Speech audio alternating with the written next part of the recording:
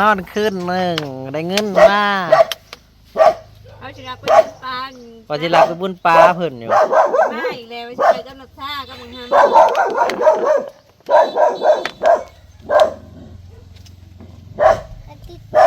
ทำทำหน่อยไพ่มาทำหน่อยเดินมาใกล้เด้อเราไปนอนใส่คืนเนี่ยนอนน้ำแม่บ่ฮะเที่ยงเถอะตื่นสามารถเข้าไปใหม่ให้ขับไปเอาแต่นอนค่ะนอนเถียงโอ้หน่อยดิรถโจ๊กปะลุงเลยนี่ขี่รถโจ๊กขี่บนนี้เอ้าโอ้ยมันก็เพ่แล้วไปขี่รถโจ๊กเนยนะพาแต่มาว่าจะไปบุญปะอยู่นะมึงจังว่ากับบ่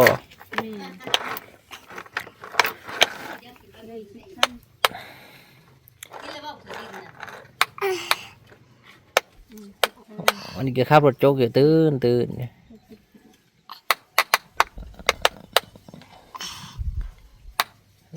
เป็นวัดอันนี้ก็ได้เป็นวัดนั่นหลายมือยังบ่เช้าเป็นวัดทำเป็นวัดบ่เป็นยังคือเป็นวัดเป็นไข่โอ้ไปไข่น้ำอีกโอ้มันมาหน่อยนี่เป็นไข่เป็นวัด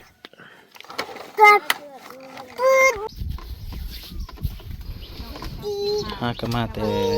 เสียประกันภัยไปหน่อยเอาบริถ่ายคลิปให้บ้างก็คือนั่นแหละอยู่บ้านเฮาก็เก็บกันตามหมู่บ้านเฮาก็เสียหัวละ10,000 กีบหรือว่า10,000 กีบแต่ว่าอยู่ทางบ้านห้อยปังเขาเจ้าไหลเป็นเงินบาทเลยหัวละ20แบบนะแต่ว่าเขตเฮาใช้เงินกีบนี่มันจะเป็นแบ่งกันไปว่าทั้งเขตซ้ายทาหรือว่าใกล้กับฝั่งไทยนะเขาเจ้าใช้เงินบาทกันนะทั้งปักซองทั้งอันนั้นใช้เงินกีบ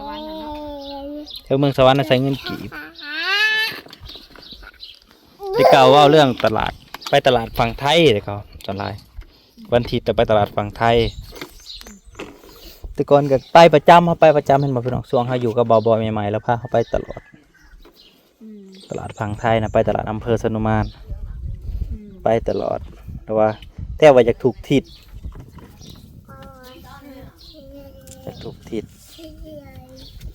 คือบ้านเฮานี่ก็เก็บเปิดขู่ครอบพวกขู่หัวหรือว่าขู่หัวคนก็อยู่ในทอด10 ล้านอยู่ปะล้านทอด10 ล้านบ่ฮอดวันนี้นะ10,000 ปลายแต่ว่าทางบ้านห้อยปังนั่นเขาเจ้าหลายๆได้เก็บปันสมมุติเรามีคนเสียชีวิตเด้ประกันภัยนี่ก็ได้เกือบ50,000ผมก็จักเพราะมันมีหลายบ้านรวมกันเด้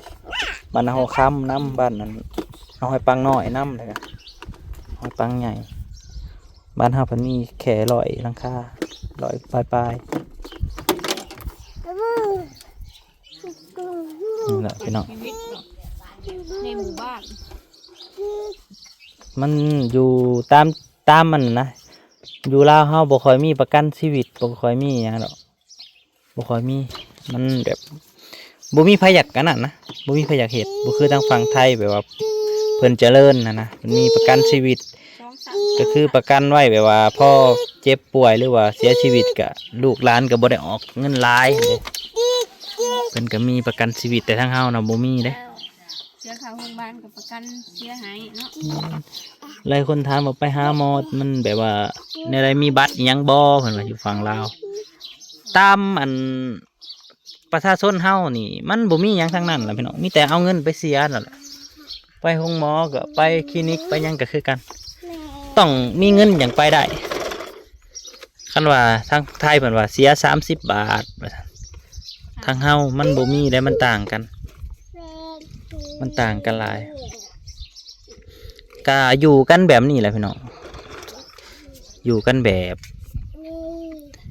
หาได้ก็กินหาบ่ได้ก็บ่กินแต่แบบตนเป็นที่พึ่งของตนนะพึ่งกัน เบิ่งปากเจ้าของเอง ตามจริงคันบ่ได้เฮ็ดไร่เฮ็ดนาบ่มีไร่มีนาน่ะก็คือเป็นประเทศที่แบบว่าถูกเติบเลยพี่น้องแต่ว่านี่เฮาอยู่ได้ย้อนเฮามีไร่มีนาเนี่ยเฮาก็อยู่ไป มีเขากิน มีข้าวกินแล้วก็เงินนี่มีแน่บ่มีแน่ก็ยังพออยู่ เพราะว่ามีเขาในเราเนาะ มีข้าว แต่ มี บ่ เขา แท้กับปลาแดกในไห้หรอนะ แล้วก็กินหากินตามฤดู เนี่ยย่ำ กินไป หมดแดงย่ำเฮ็ดกับเฮ็ดย่ำปลากับปลาย่ำกบกับหากบ อยู่กันวันนี้แล้วก็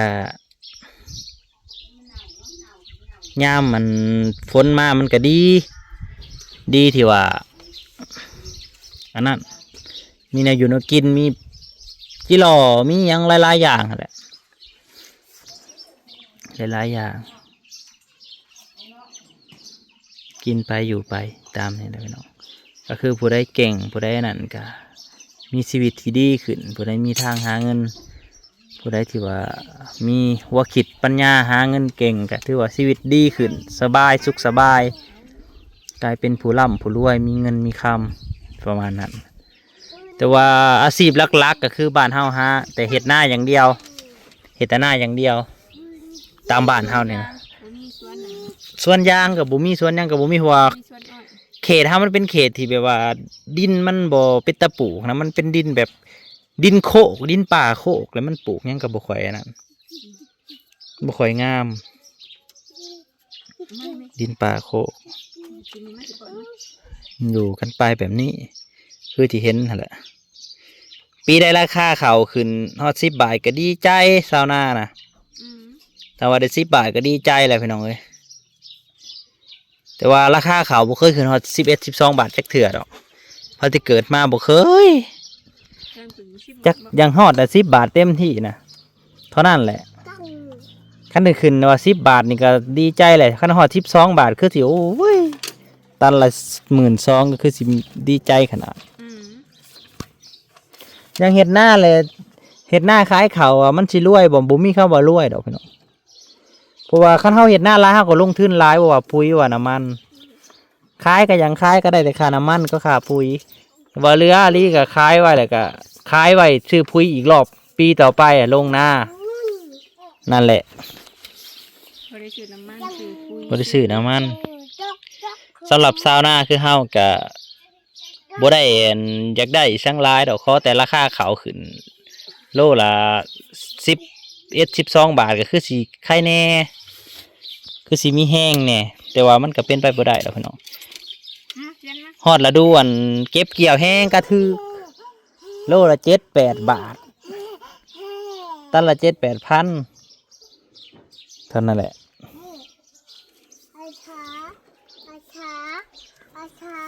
มันก็บ่มีทางเลือกอิหยังดอกบ่มีสิทธิ์เลือกค่ะนะบ่มีสิทธิ์เลือกอยู่ไปแบบนี้ ตารางให้รถสลิงเด้อ อยู่ไปวันนี้ผู้ใดมีน้องมีหยังกับมีน้ำแบบนี้ก็ใครแน่พี่น้องคือที่เห็นได้ปลูกได้หยัง ได้ปลูกก็กินปลูก ได้ปลูกกินปลากินนั่นกินนี่นั่นแหละว่าเราก็สิไปตึกแฮก่อนพี่น้องสิลงน้องก่อนไปหาปลามาขันสมก่อนจักบาทอยากกินจำปลา ก็กระโดดกองมามจ้ะโอ้เบิดแหละตัวโอ้ยังอยู่ตัวขาวพุ่นน่ะกินตอนไหน มันก็อยู่กันแบบนี้พี่น้องเลยก็คือว่าชีวิตกับบริคอหยังหลายเราตามจริงขอแต่ครอบครัวมีอยู่มีกินก็ได้หวังวันอะไรกล่ำอยากรวยเป็นอันนั้นดอกเศรษฐีเป็นเสียเป็นเฮียดอกเป็นแค่คุมปากคุมท้องเจ้าของพอมีเงินใส่ไปวันๆกะก็ได้ให้ลูกให้ซื้ออยู่ซื้อกินให้บางคำน้อยนี่ก็ถือว่าดีใจแหละบ่ได้ฝันว่าสิไปเป็นเสีย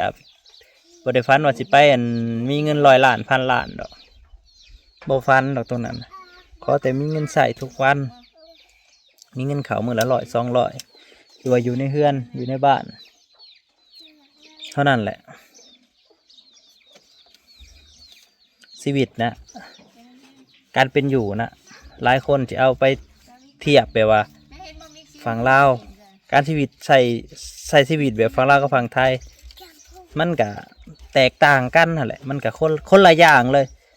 แบบ คนละมันห่างกันหลายหั่นเด้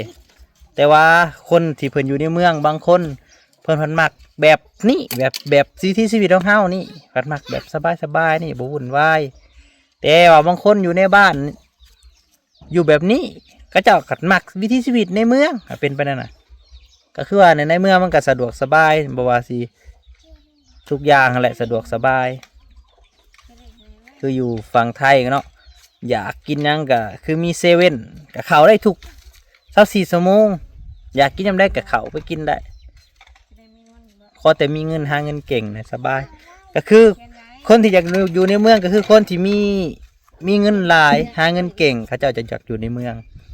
แต่ว่าคนคือเฮาเจ้าข่อยนี่หาเงินบ่เก่งก็พอมีพอได้ใช้ได้ซื้อบางพีเป็นนวดเนี่ยเฮาจะยังมักอยู่แบบนี้หลายกว่าเพราะว่าเฮาจะหากินตามธรรมชาตินี่นั่นแหละคนเฮามันจะมองต่างกันคนละอย่างประมาณนั้นมันบ่มีสิทธิ์เลือกก็มันก็สู่ต่อไปพี่น้องเอ้ยนี่ก็สิฮอดยามหายามหน้าล่ะตามจริงเฮาก็มักกันย่ำหายย่ำหน้านั่นนี่นะฮะเพราะว่าเกิดมาอยู่หายอยู่หน้าบนนี้ก็มันแบบว่าพ่อแม่พระเหตุพระธรรมเด้มันก็มีความสุขอีกแบบหนึ่งถึงสิเมื่อยสิยังกะยาแต่ว่า